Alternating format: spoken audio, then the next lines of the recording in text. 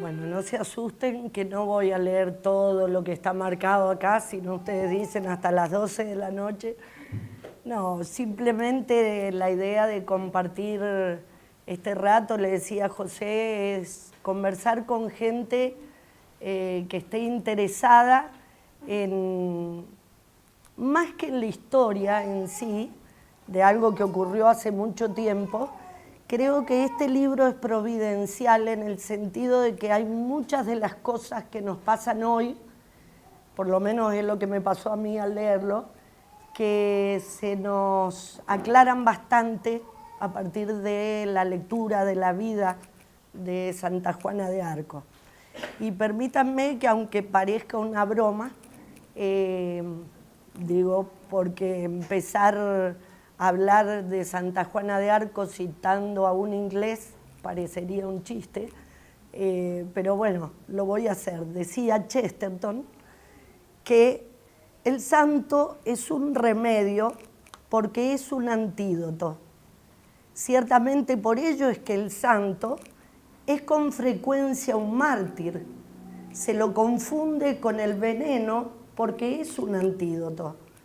Por lo general se lo encontrará restaurando la salud del mundo, recurriendo a la exageración de todo lo que el mundo descuida, lo cual de ninguna manera es siempre el mismo elemento en cada época.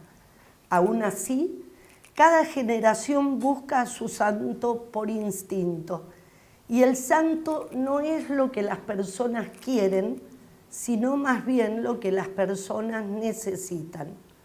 Por consiguiente, es una paradoja de la historia que cada generación es convertida por el santo que más la contradice.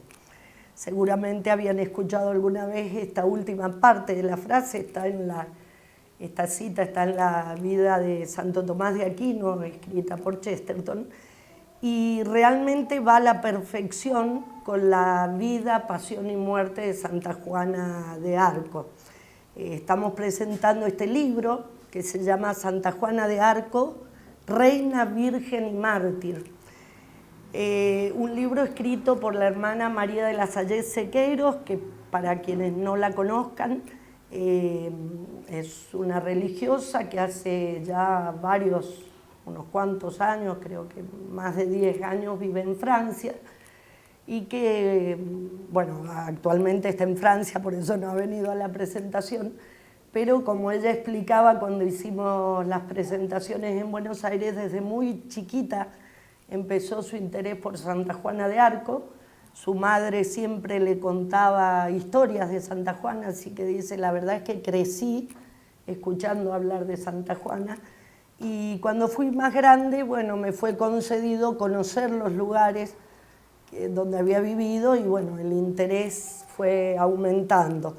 Y por lo tanto es un libro que está, además de estar escrito con buena pluma, está escrito con amor y vehemencia. Es un libro que nos va descubriendo la figura de la Pucelle, como dicen los franceses, que es más que doncella. Nosotros en español traducimos la doncella de Orleans, pero es más, porque Pucelle es virgen, es dama, es doncella, es algo entrañable para los franceses.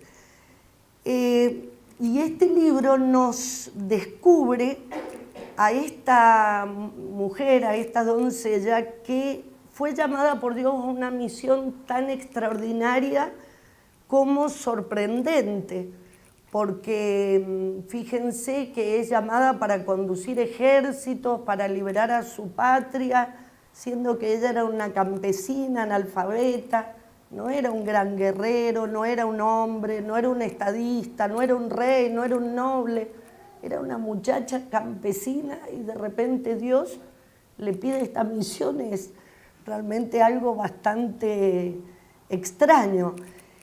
Y como dice Chesterton, el santo no es lo que las personas quieren, sino más bien lo que las personas necesitan. Y ciertamente Santa Juana de Arco era lo que Francia necesitaba en ese momento. Yo, para tratar de abreviar, voy a intentar sistematizar primero 4 cualidades por las que creo que este libro vale la pena de ser leído. La primera es que el libro nos muestra la misión de Santa Juana de Arco, que era lo que su patria y la Iglesia en ese momento necesitaban.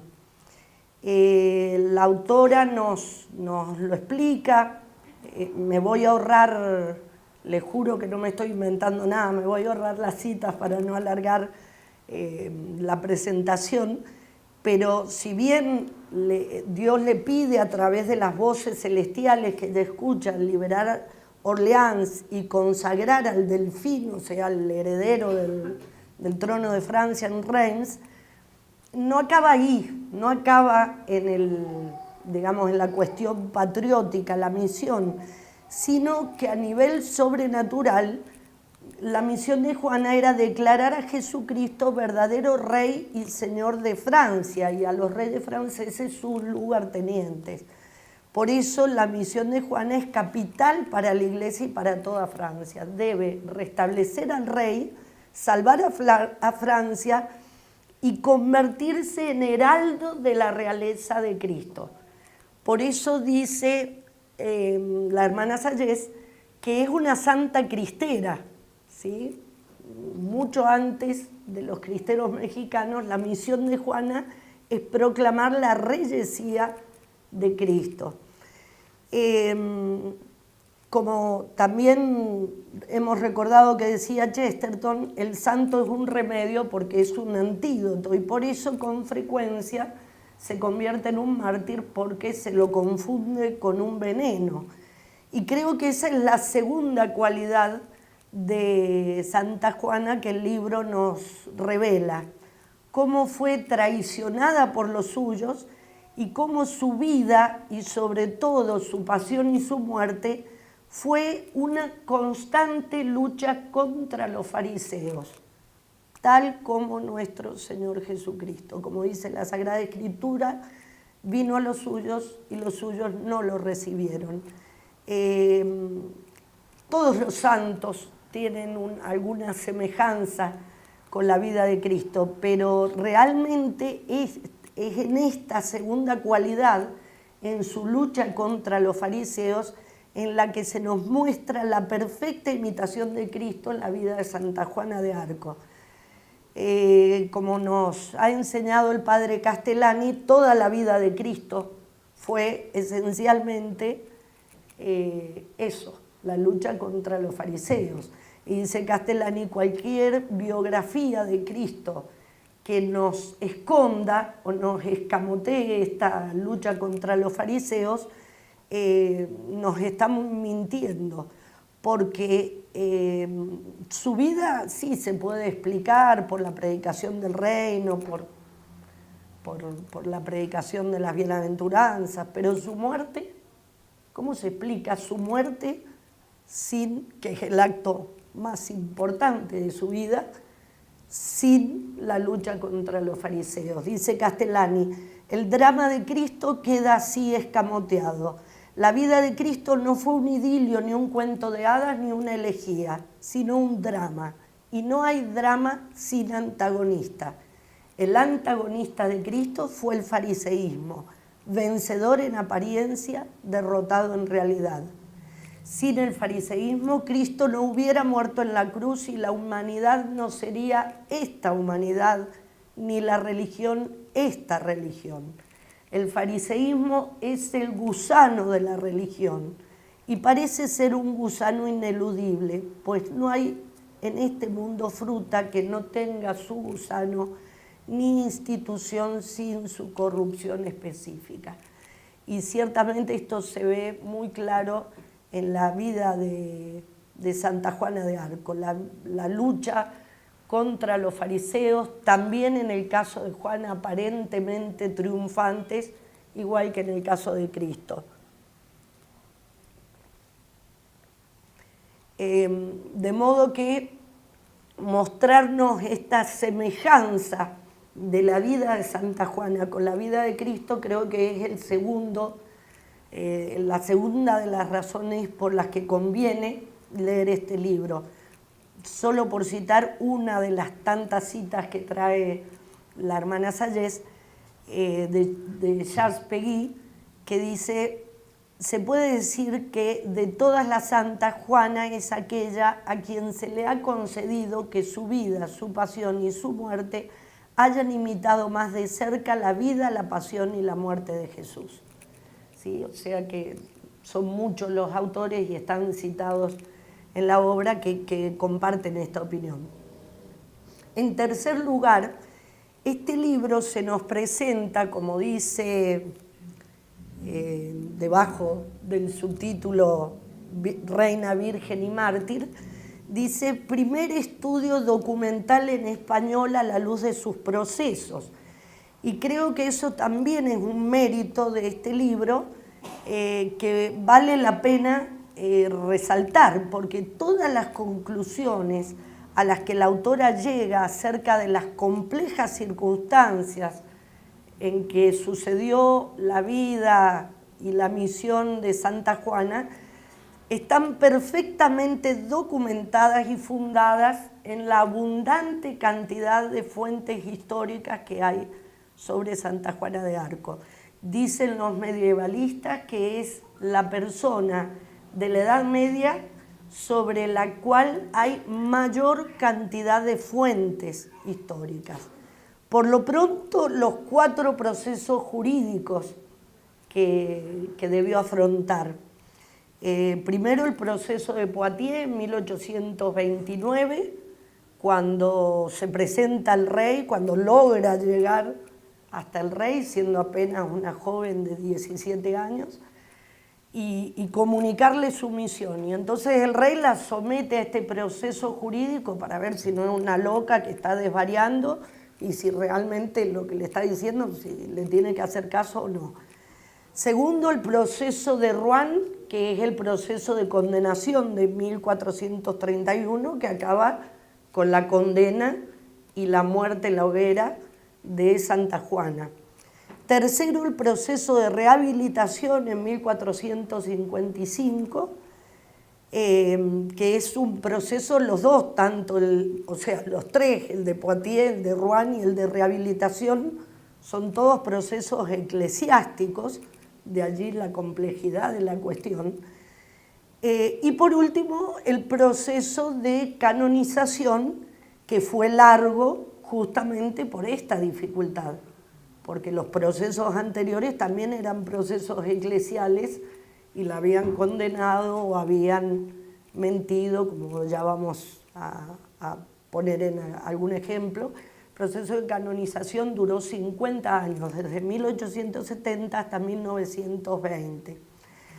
Además de estos 4 procesos jurídicos, existe enorme cantidad de otro tipo de fuentes, crónicas contemporáneas, escritas por los amigos, por los enemigos, cartas, libros, memorias de los que la acompañaron en las batallas, escritos de los que eran enemigos y querían eludir sus responsabilidades en la condena y demás.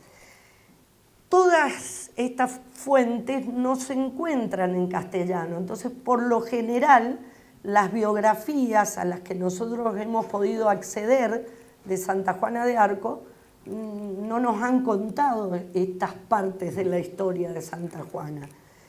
Entre esas fuentes hay una que es una fuente secundaria, que es el libro de un coronel, Charles Boulanger, que dedicó parte de su vida a estudiar el caso de Santa Juana de Arco, y es un libro que fue publicado en 1956 al conmemorarse los 500 años del proceso de rehabilitación, cuyo título en español es 7 de julio de 1456, entierro de la Fer Juana de Arco, triunfo de la Universidad de París. Lamentablemente ese libro tuvo una tirada de solo 2000 ejemplares, no ha sido traducido, no ha sido reeditado, de modo que es prácticamente desconocido aún en los ámbitos católicos y aún en los ámbitos de los estudios medievales, si no fuera porque un sacerdote francés lo redescubrió en 1989, en vísperas de la fiesta nacional francesa al conmemorarse la liberación de Orleans. El padre Georges de Nantes, en París, dio una histórica conferencia en la que presentó con gran entusiasmo la obra de este coronel, y así fue que algunos sectores dentro del orbe católico conocieron, y bueno, de manos de una religiosa francesa, la hermana Sayés pudo hacerse de uno de los pocos ejemplares de este libro. Si ella estuviera aquí, diría que el mérito en realidad de la obra es haber traducido al español muchas cosas que están escritas en francés y que, bueno, son desconocidas para un público de habla hispana. Además de este mérito, creo que cabe señalar un cuarto mérito, que es algo que la autora nos relata cuando después de varios siglos, en el siglo XIX, es redescubierta la figura de Juana por sus compatriotas. Y es la cita del cardenal Pi, que en algún lado debe estar, que dice: si los santos no aparecen fortuitamente en la escena del mundo, tampoco es casualidad que después de su muerte se determine la época de la glorificación. En el cielo de los elegidos, como en el firmamento visible, es a una señal del Altísimo que las estrellas, escondidas durante largo tiempo y como dormidas en un rincón remoto del espacio, acudan gritando: aquí estamos. Y que ellas comiencen a brillar para obedecer a aquel que las ha creado. Relaciones secretas y permanentes están establecidas entre la iglesia triunfante y la iglesia militante. Y cuando Dios nos destina a nuevos combates en la tierra, casi siempre Él nos muestra nuevos aliados y poderosos defensores en los cielos. El cardenal Pi se estaba refiriendo a este redescubrimiento por parte de los franceses hacia fines del siglo XIX de la figura de Santa Juana de Arco con motivo del proceso de canonización. Y así es que me parece que aunque más de 500 años nos separen de la vida, de las circunstancias de Santa Juana de Arco, las enseñanzas que surgen de su vida, de su pasión y de su muerte tienen una actualidad enorme, y por eso la providencia ha querido que las conozcamos nosotros ahora. Señalo solo dos, seguramente cuando ustedes lean el libro encontrarán muchas más.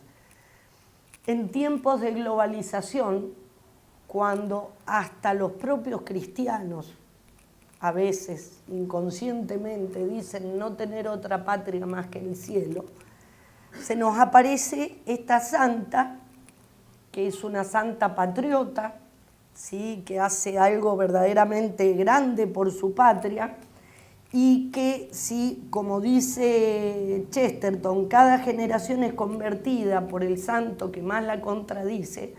Creo que el antipatriotismo de nuestra época, ante este ejemplo de auténtico amor patriótico, debería sentir una enorme bofetada. Pero más aún, en tiempos de la dictadura mundial de la ideología de género, como ustedes saben, único pensamiento políticamente correcto, impuesto a rajatabla en todos los países del mundo, en todos los lugares, en todas las instituciones, el hecho de que la causa principal por la que Juana finalmente fue condenada a la hoguera fuera por vestir ropa de hombre, y que la razón por la que Juana vestía ropa de hombre era para cuidar su virginidad en medio de la misión celestial que Dios le había encomendado, y por eso la hermana Sayés dice, Juana es una mártir de la castidad. Este hecho ya no es una bofetada, sino una trompada que debería dejar nocaut a nuestra cultura, porque no hay una contradicción más grande al feminismo radical, a esa idea de empoderamiento de la mujer, que esta mujer que comanda ejércitos, que viste de hombre,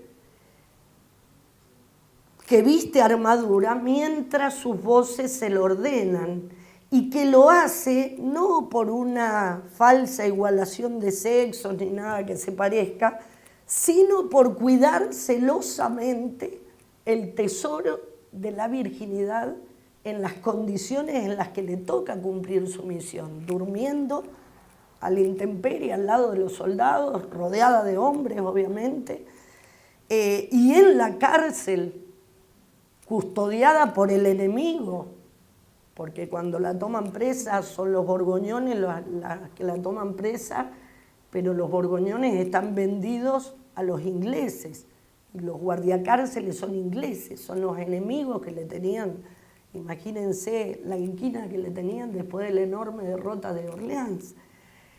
Más de una vez en el proceso ella pide, cuando le recriminan sus vestiduras masculinas, ella le dice, bueno, pónganme en una cárcel custodiada por mujeres y yo me saco la ropa de hombre.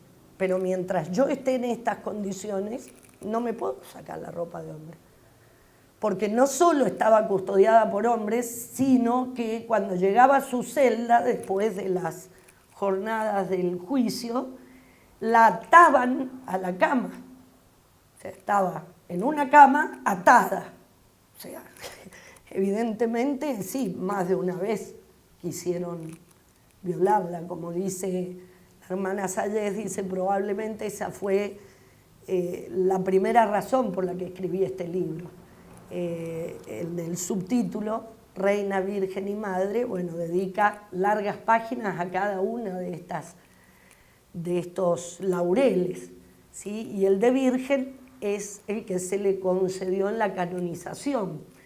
Y si ustedes han visto alguna de las películas, creo que en todas las películas justamente este punto es atacado. En todas las películas aparece como que en algún momento fue violada. Y esto está perfectamente documentado que no fue así. Y bueno, justamente por eso es que ella, mientras no le aseguraran una situación mejor, seguía vistiendo sus ropas masculinas. Esa virginidad guardada celosamente como un tesoro en esas circunstancias de prisión ante jueces corruptos, jueces eclesiásticos corruptos que la tenían en esa situación. Creo que siguiendo la cita que leíamos del cardenal Pi, Santa Juana, a quien podemos reconocer y redescubrir a través de este libro, puede ser una poderosa aliada y defensora nuestra desde el cielo que Dios nos está mostrando en nuestro actual combate contra la ideología de género. No ha faltado quien ha pretendido presentarla como una adelantada del travestismo o de cualquier cosa similar. Bueno, después de haber señalado estos 4 méritos por los cuales creo que vale la pena leer el libro, que a mi juicio y para redondear, en síntesis son la misión cristera de Santa Juana de imponer la reyesía de Cristo, su ejemplo de lucha constante contra los fariseos, que todo lo que leemos en el libro está perfectamente documentado y fundamentado, y que el ejemplo de Santa Juana es un auxilio para nuestras luchas presentes. Permítanme que les cuente, aunque sea brevemente, cómo está estructurado el libro. El libro comienza acertadamente, creo, con un panorama histórico de la época donde la autora, de un modo muy ágil, la verdad no sé cómo se las ha arreglado para ubicarnos en pocas páginas en la situación europea, especialmente la situación de Francia, invadida, prácticamente inexistente, la situación del papado y de la Iglesia en esa época. Esa primera parte está escrita con una gran agilidad y es muy importante para poder, digamos, ponernos en situación de qué es lo que estamos hablando. Creo que contribuye a ubicarse, bueno, ahora no encuentro alguno, pero les muestro cualquiera. Tiene muy buenos planos y mapas que me parece que también ayudan a poder contextualizar la época. Y, por ejemplo, también tiene unas excelentes obras de arte que ha ido seleccionando y que están claramente identificadas, quién es el pintor, en qué época y demás, que aparecen al comienzo de cada uno de los capítulos. Me parece que son cosas que nos ayudan a situarnos.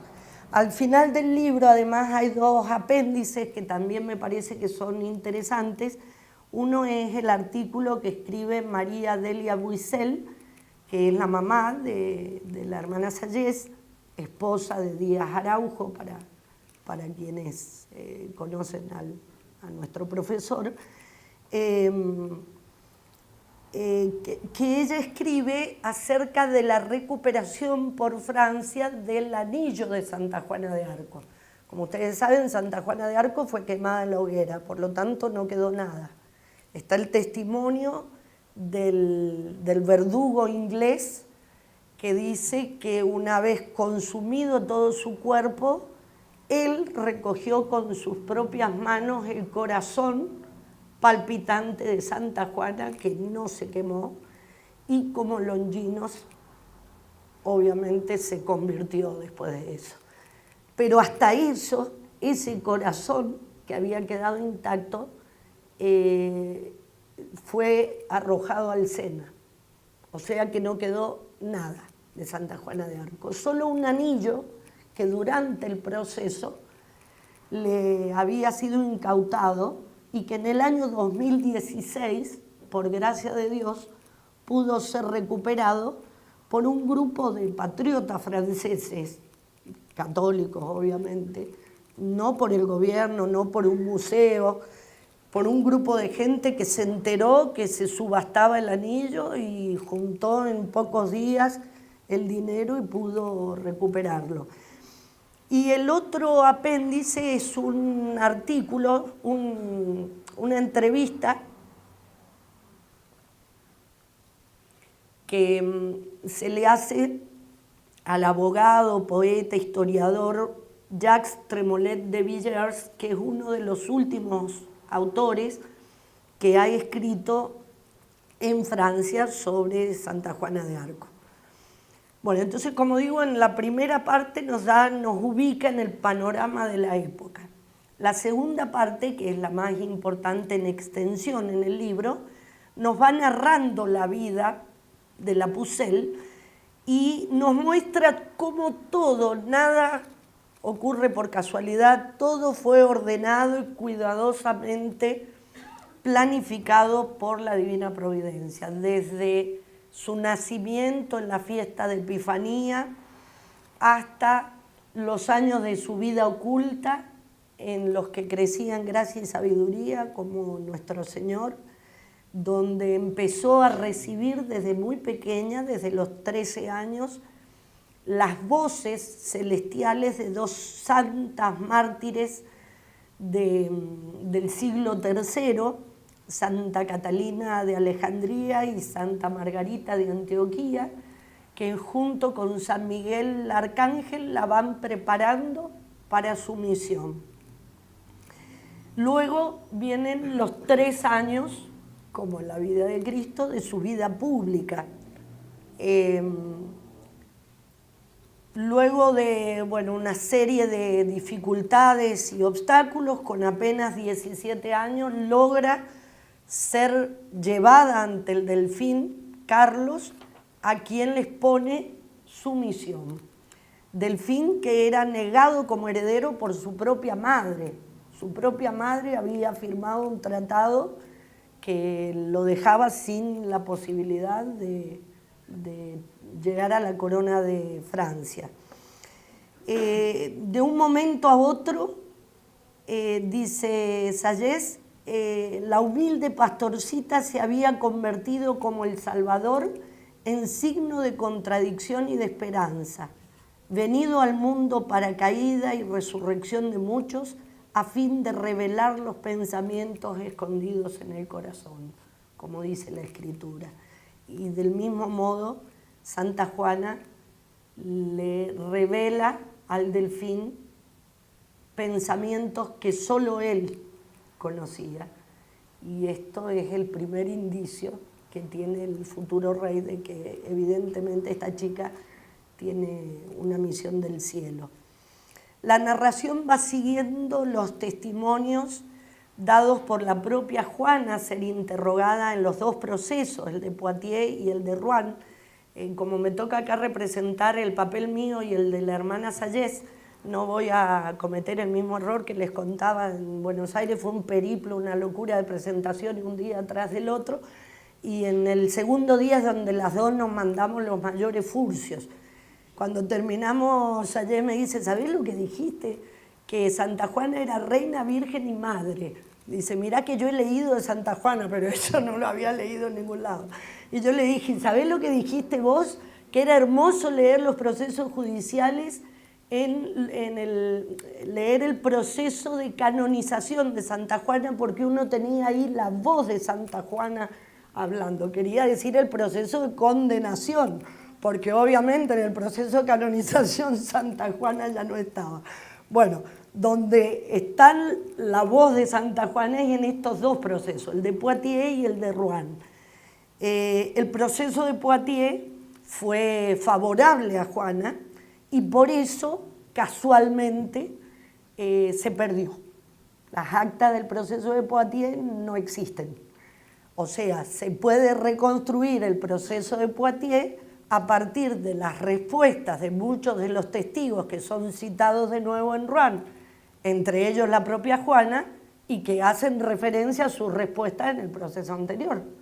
Porque dicen, esto ya me lo preguntaron, y entonces ahí uno va tratando de reconstruir qué es lo que se dijo en Poitiers. Pero lo hicieron desaparecer ese proceso. Cualquier parecido con la realidad jurídica actual no es mera coincidencia. Un solo ejemplo de lo lindo que es, en este sentido, escuchar esa voz de Juana en los procesos. Así como el niño Jesús ante los doctores de la ley era capaz de maravillar y desconcertar a sus oyentes y enemigos, del mismo modo Santa Juana. En el proceso de condenación, ella, que era analfabeta, fue sometida a un juicio por todos teólogos, doctores, obispos, cardenales, abades, sin abogado defensor alguno, y ella sola tuvo que defenderse. Y entonces daba, por ejemplo, ante las preguntas maliciosas que le hacían exprofeso para lograr algún argumento para condenarla, por ejemplo, en una responde, yo lo sé bien, sé que ustedes han venido a interrogarme.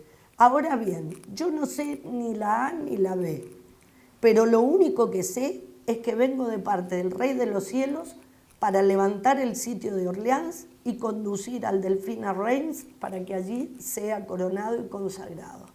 O sea, una mujer, una niña, ¿no?, absolutamente convencida y segura de su misión.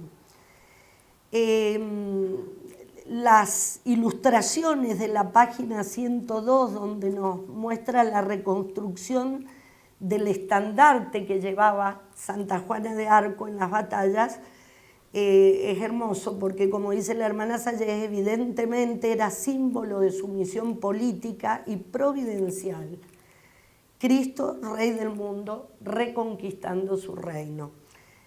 Unas páginas más adelante, cuando nos narra cómo se convierte en una experta conductora de ejércitos, y la entrada triunfal de Juana después del triunfo milagroso en Orleans, uno no puede evitar ver la similitud con la entrada de nuestro Señor en Jerusalén.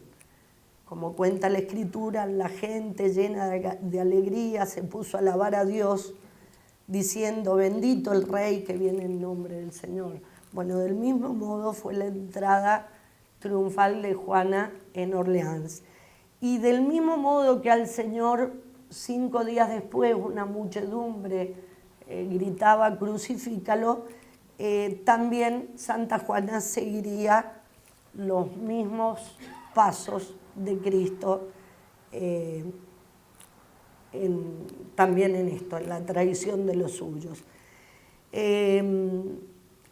Algunos autores han comparado el momento de la coronación del rey en Reims con aquel admirable momento y radiante momento del Señor en el monte Tabor, en la transfiguración.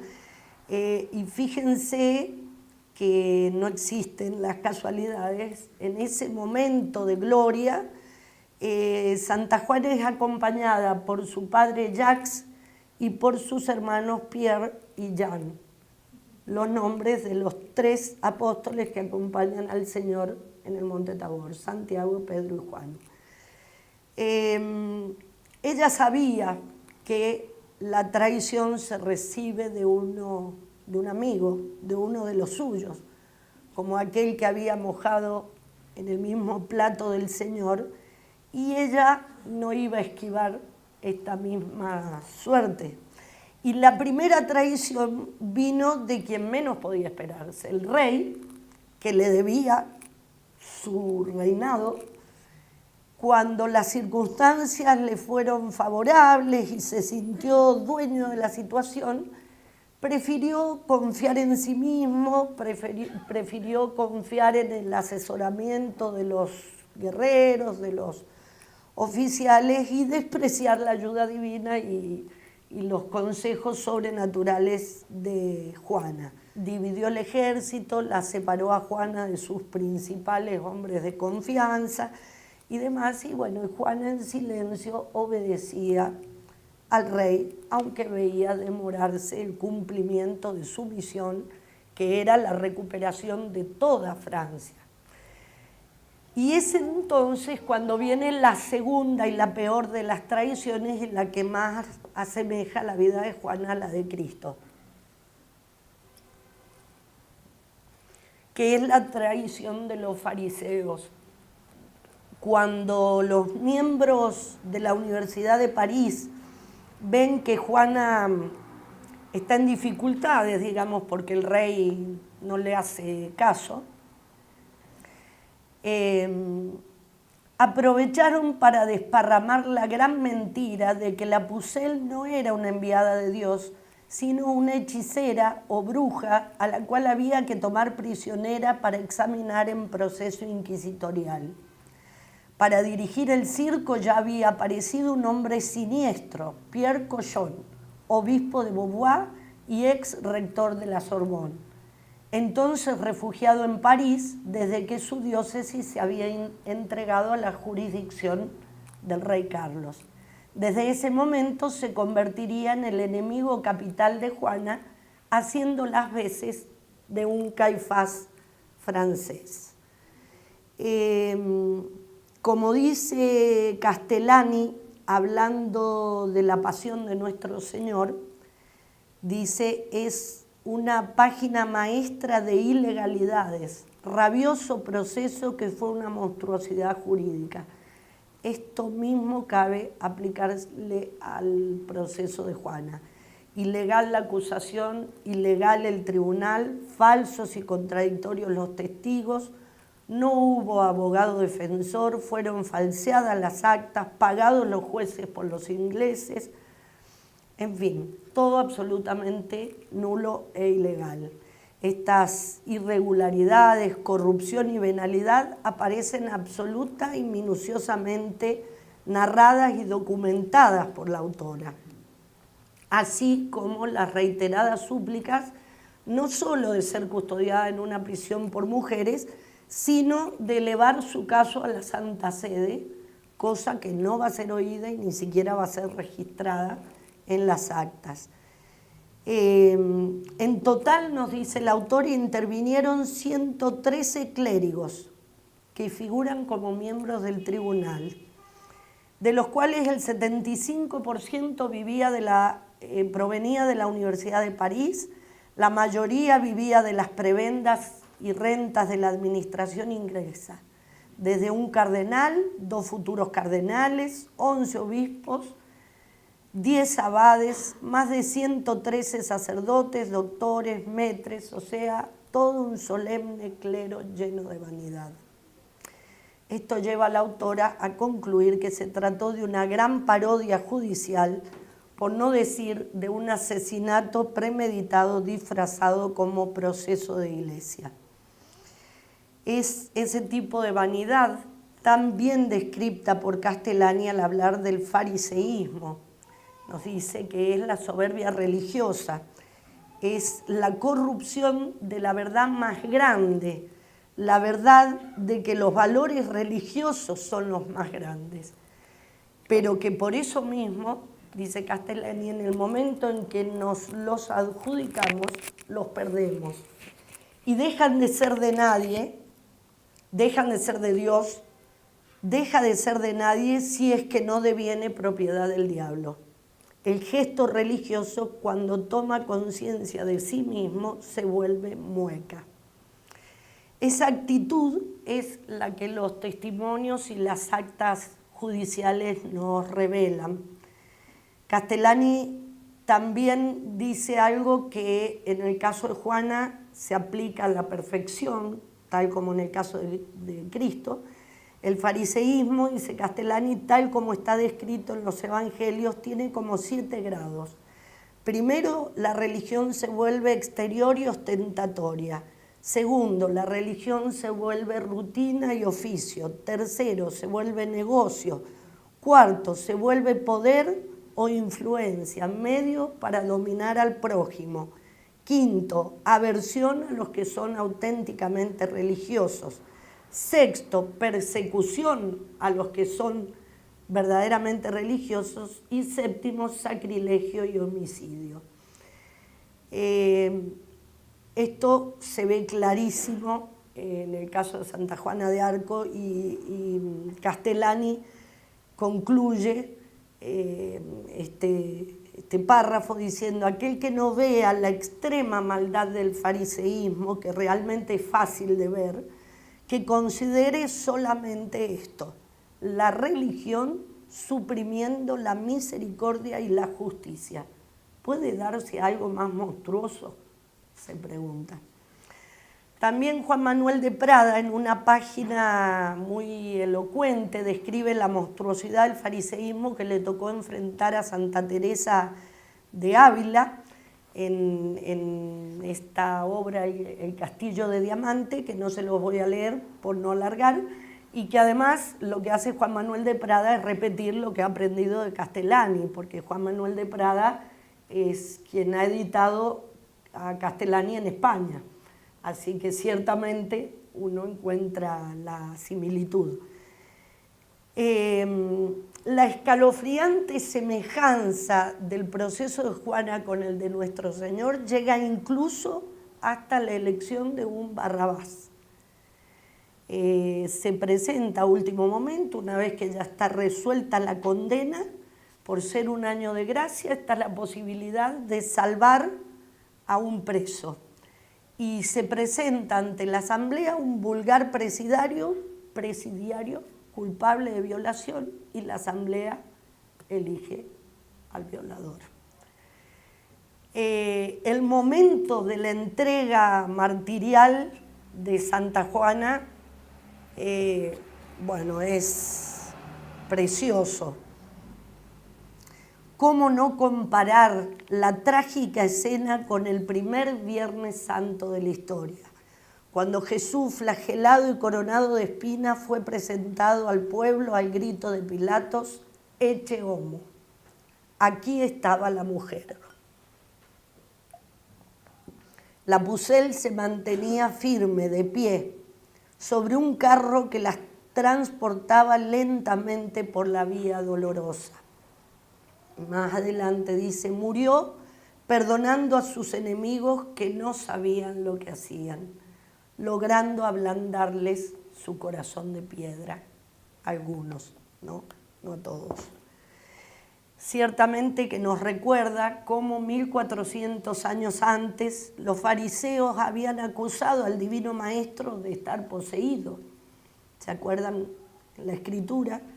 Cuando dicen, él obra en nombre y por el poder de Belcebú, el príncipe de los demonios. También dicen esto de Santa Juana. Y también Castellani, que nos lo recuerda la hermana Sayés, dice, cuando condenaban a Juana de Arco, la iglesia era Juana de Arco.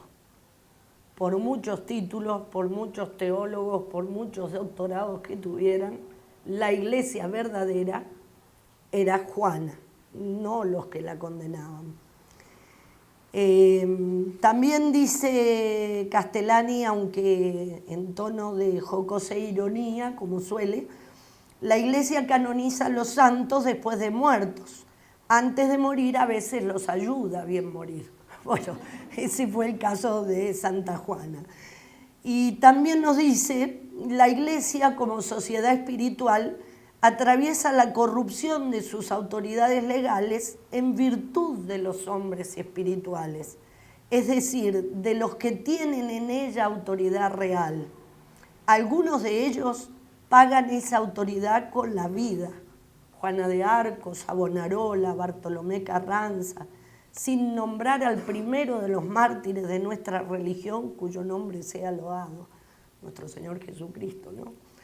Y continúa, dice, San Basilio decía, a mí me persiguen, pero no puedo decirlo a nadie, porque los que me persiguen, llevan mi mismo nombre. Y acota Castellani, que es una graciosa manera de no decirlo a nadie. La historia no termina allí, esa es la segunda parte. La tercera parte del libro son los procesos de revisión, primero ordenado por el rey y después el proceso de rehabilitación canónico ordenado por la Iglesia. Lamentablemente yo mientras leía el libro decía, bueno, ahora viene la verdad. No, les cuento que no, hay que seguir esperando. Porque si bien el proceso de rehabilitación rehabilitó parcialmente la memoria de Juana, o sea, dijo que no era ninguna bruja, ninguna hechicera, sino que sus voces celestiales eran de Dios y que efectivamente había tenido una misión celestial, al mismo tiempo decía que quienes la habían juzgado y condenado eran unos santos varones, unos geniales teólogos, unos buenos doctores, porque quienes hicieron este juicio de rehabilitación o eran los mismos que habían participado en el juicio anterior, o eran descendientes de aquellos, o estaban ligados por parentesco, pertenecían a la Universidad de París, y entonces había que salvar el prestigio de la universidad a costa de lo que fuera.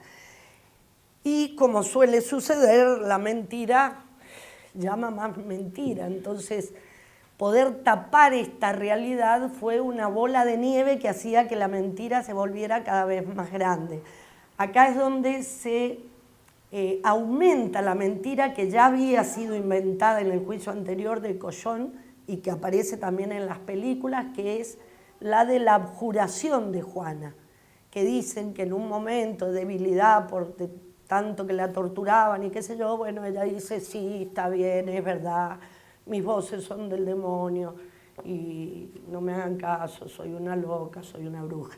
Bueno, eso no es cierto, esa es una mentira que se incluyó en el primer juicio y que se agrandó y se aumentó con creces en este segundo juicio, y que fue una de las cosas que más dificultó el juicio de canonización.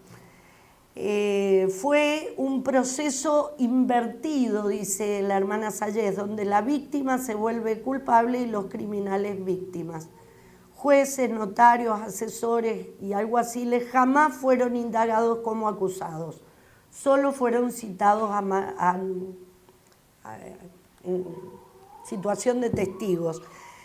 Es impresionante, este juicio empieza con un texto que el autor ha puesto está en el libro, ¿no? Pero además ha puesto acá en la solapa, que es el discurso que la madre de Juana hace el primer día, en la primera sesión del juicio de rehabilitación, porque en este juicio, si en el anterior no hubo abogado defensor, ahora los querellantes van a ser la madre de Juana y los hermanos, y le van a poner 16 abogados defensores.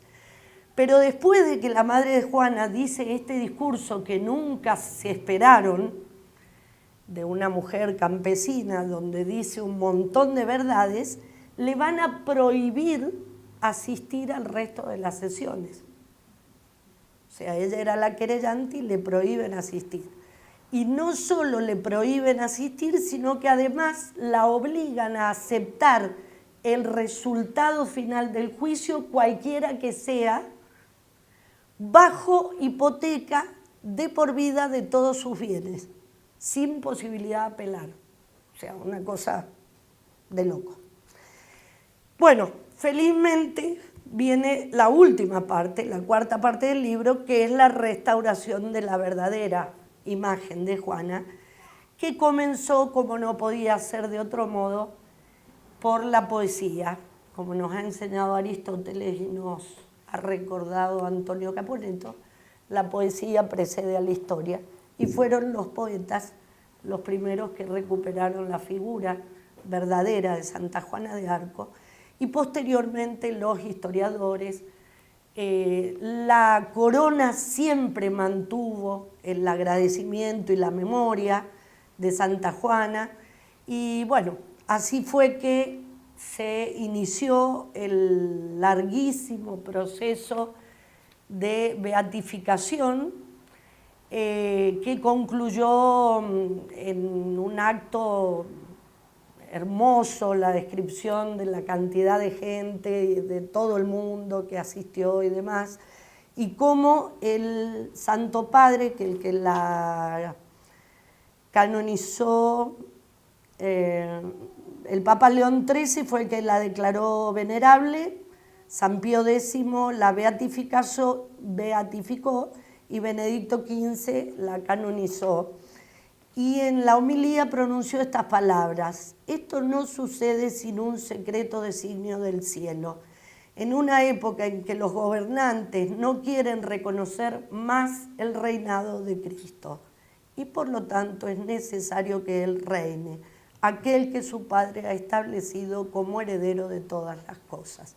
Y ciertamente es la coronación de esta misión cristera de Santa Juana de Arco. Si estuviera aquí Sayez, les diría por lo menos dos cosas más. Lo de virgen ya lo saben, y es la corona con la que se la coronó como santa. Pero se le deben las otras dos coronas, tal vez la que les parezca más curiosa es la de reina. Y eso se debe, está explicado en el libro, al acto de triple donación. En el momento de la coronación de Carlos en Reims, Juana lo sorprende pidiéndole que le done la corona. El rey duda ante semejante pedido, pero bueno, después de las cosas que había visto, obedece. Esto queda registrado con notarios, actas, un acto jurídico perfectamente documentado. Juana, nombrada reina de Francia, y su único acto de gobierno va a ser entregar la corona de Francia a nuestro Señor Jesucristo, y pide que sea anotado en las actas por los escribanos. Y luego, con una voz más grave, dice la hermana Sayés, le dice a Carlos: ahora hablo en nombre de nuestro Señor Jesucristo, que es el rey de Francia y que te nombra su lugarteniente. ¿Sí? Por eso se habla de triple donación. Y la otra corona, la de mártir, aunque ustedes no lo crean, aún no le ha sido reconocida. Santa Juana de Arco no es mártir. ¿Por qué? Y porque era bastante difícil de probar eso, siendo que era la Inquisición la que la había condenado. ¿Sí? Los propios teólogos afamados. Lamentablemente la obra del coronel Boulanger, que tan bien ha demostrado la traición de estos teólogos e incluso ha demostrado cómo no eran la verdadera iglesia y cómo poco después de condenar a Santa Juana son partícipes de un cisma y participan de la elección de un antipapa, etcétera, etcétera. Que por lo tanto, como dice Castellani, no eran la iglesia. Bueno, lamentablemente esta obra de Boulanger se publicó después de que había sido canonizada. Entonces, hasta el día de hoy todavía a Santa Juana le falta ser reconocida como mártir. Bueno, y hay algunos que incluso piden que sea reconocida como doctora, porque si ella, siendo analfabeta, le enseñó tantas verdades a tantos teólogos y doctores, debería ser nombrada doctora. Para terminar, me parece que conviene volver sobre las enseñanzas de Castellani. La parábola termina con una frase que todos recordamos y que es fácil de explicar. Todo el que se exalta será humillado y el que se humilla será exaltado, cuyo sentido es obvio. Pero comienza, dice Castellani, con una que es misteriosa. Cuando vuelva el Hijo del Hombre, ¿creéis que encontrará fe sobre la tierra? Cristo, dice Castellani, conecta proféticamente su primera y segunda venida, indicando que el estado de la religión será parecido en ambos momentos, el primero y el último. Ciertamente que esta profecía del Evangelio pareciera contradictoria con aquella otra profecía, también lo dice Castellani, las puertas del infierno no prevalecerán contra ella. Dice, ¿cómo se hace para conciliar ambas profecías de Cristo? Bueno, dice, eso es posible siguiendo el principio o norma que dio Cristo a los suyos respecto de la sinagoga, que ya estaba desolada y contaminada, cuando les dijo: haced lo que os dijeren, pero no hagáis conforme a sus obras. La iglesia, dice Castellani, no fallará nunca, porque nunca enseñará la mentira, pero un día será desolada. Y los que enseñan en ella hablarán y no harán, mandarán y no servirán. También dice en otra obra, la iglesia ha estado siempre perseguida de una manera u otra conforme a la predicción de Cristo. Si a mí me persiguieron, a vosotros os perseguirán. No es mayor el discípulo que su maestro. Y dice Castellani que predice las formas más terroríficas de la persecución para que no os escandalicéis, dice Cristo, cuando éstas acaezcan, para que no tropecéis cuando sucedan. Las dos formas más terríficas, dice, de persecución son la de adentro y la de afuera. Primero, la de adentro, seréis excomulgados, y después la de afuera, os matarán, y en los últimos tiempos os matarán y creerán con eso hacer un servicio a Dios. Juan 16, 1 al 4. Es decir, os matarán como a criminales, como a perros rabiosos. San Agustín dice, los mártires de los últimos tiempos ni siquiera parecerán ser mártires. Es ante la crisis actual que el ejemplo de Santa Juana es un aliciente que yo creo que debe alimentar nuestra esperanza, porque tal como predijera el cura loco Castellani, con palabras sumamente duras, aun cuando Roma misma a veces fornique con los reyes de la tierra, siempre permanece vigente el principio, pues siempre hay resistencias a esa fornicación y nunca falta alguien que patea, denuncia y apostrofa hasta la misma muerte a veces, como Juana de Arco y Savonarola. El fariseísmo es la más grave de todas las corrupciones morales y el fariseísmo siempre reclama víctimas y por eso no puede ser afrontado sino con mártires. Bueno, que Dios nos conceda, como a Santa Juana, tener el valor y el coraje de gritar las verdades de la fe desde los tejados, si es preciso, aún a riesgo de la propia vida, de la persecución o del silenciamiento, para lo cual hay que tener como Santa Juana una fe más grande que las montañas. Nada más. Todo eso, hasta en confesión, ¿sí? Hasta contra el secreto de confesión le mandan a un confesor para que ver si ahí en ese momento al menos abjura, y no lo logran y se demuestra la falsedad por cómo tienen que ir, digamos, inventando, tergiversando, negando cosas que se han dicho antes para poder ir acomodando las cosas. Hay en un momento que le preguntan, por ejemplo, si maliciosamente, si ella se considera en gracia de Dios, para hacerla pisar el palito, digamos. Si ella dice que sí, la van a acusar de engreída, de pensar, y si dice que no, bueno, entonces es una pecadora. Y entonces Santa Juana responde con absoluta sencillez y humildad: yo sería la primera afligida si no estuviera en gracia de Dios. Si estoy en gracia de Dios, que Dios me conserve, y si no lo estoy, que Dios me ponga. Respuestas así, de ese tipo, son permanentes, y bueno, está perfectamente documentado el libro. Ahí la hermana comenta tanto el coronel Boulanger como el padre Ayrols.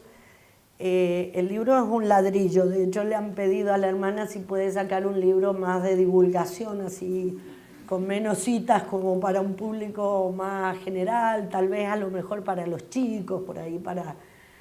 en España le han pedido para chicos homeschoolers o algo así, un libro, qué sé yo, la mitad de 100 páginas.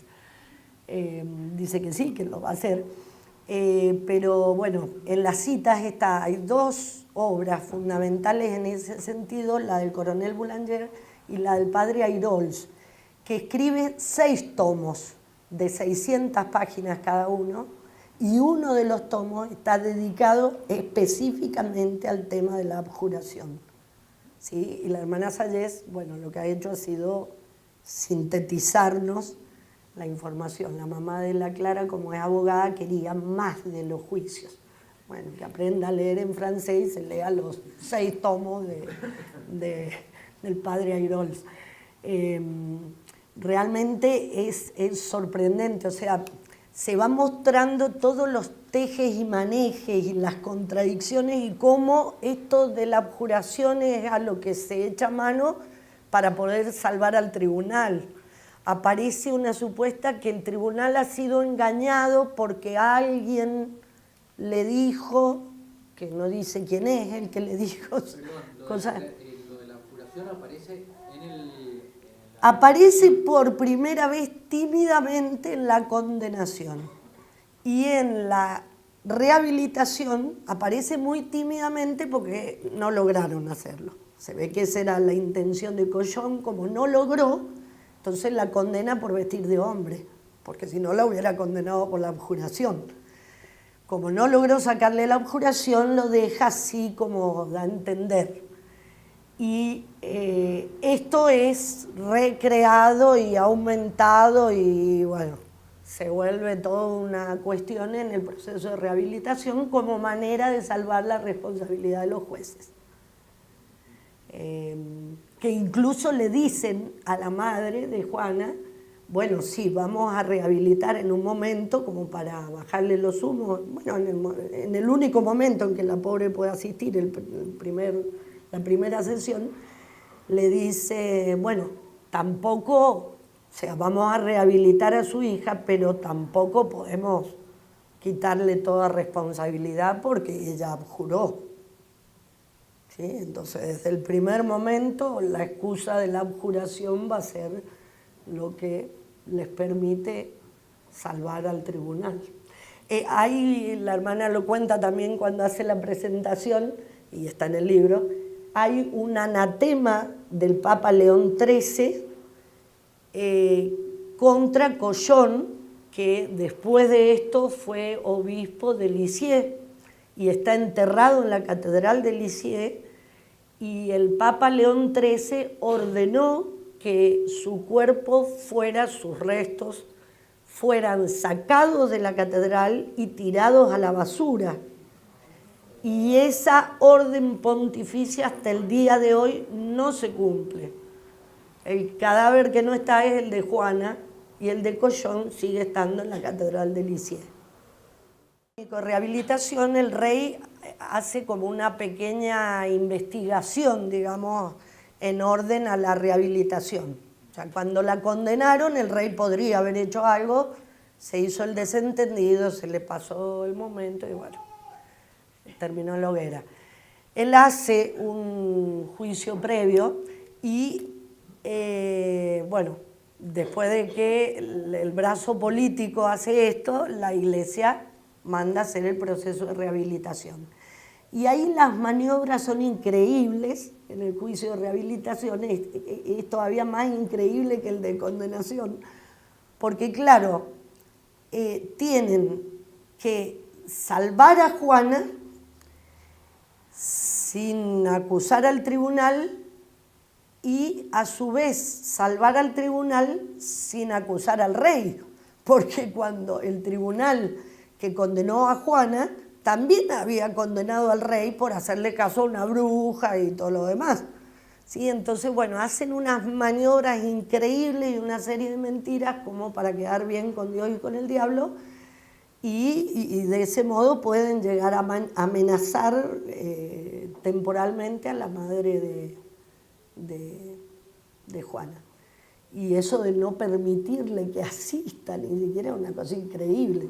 Y poner 16 abogados defensores, y bueno, la hermana nos va diciendo quiénes son, de dónde vienen, y cómo son parte de la misma farsa los defensores. O sea, los defensores de los querellantes son parte de la misma farsa hecha para salvar parcialmente la memoria de Juana y sin condenar. ¿Pone la misma iglesia los abogados? Sí.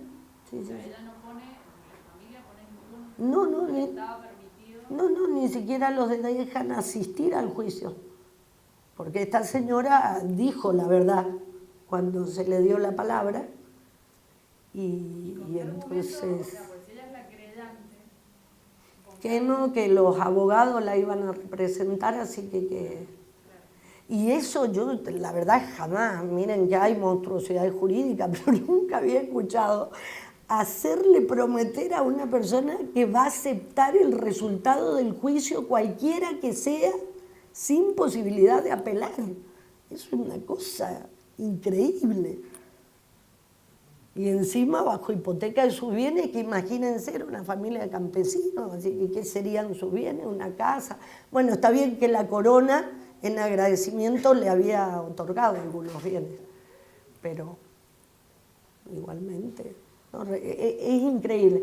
Una cosa que no conté casi al final del libro, es muy bonita esa parte, Santa Teresita, que va a compartir con Santa Juana de Arco el vicepatronazgo de Francia. La patrona de Francia es nuestra Notre Dame de la Asunción, y las dos vicepatronas son Santa Juana de Arco y Santa Teresita de Lisieux. Santa Juana de Arco fue nombrada en 1922, Santa Teresita de Lisieux más adelante.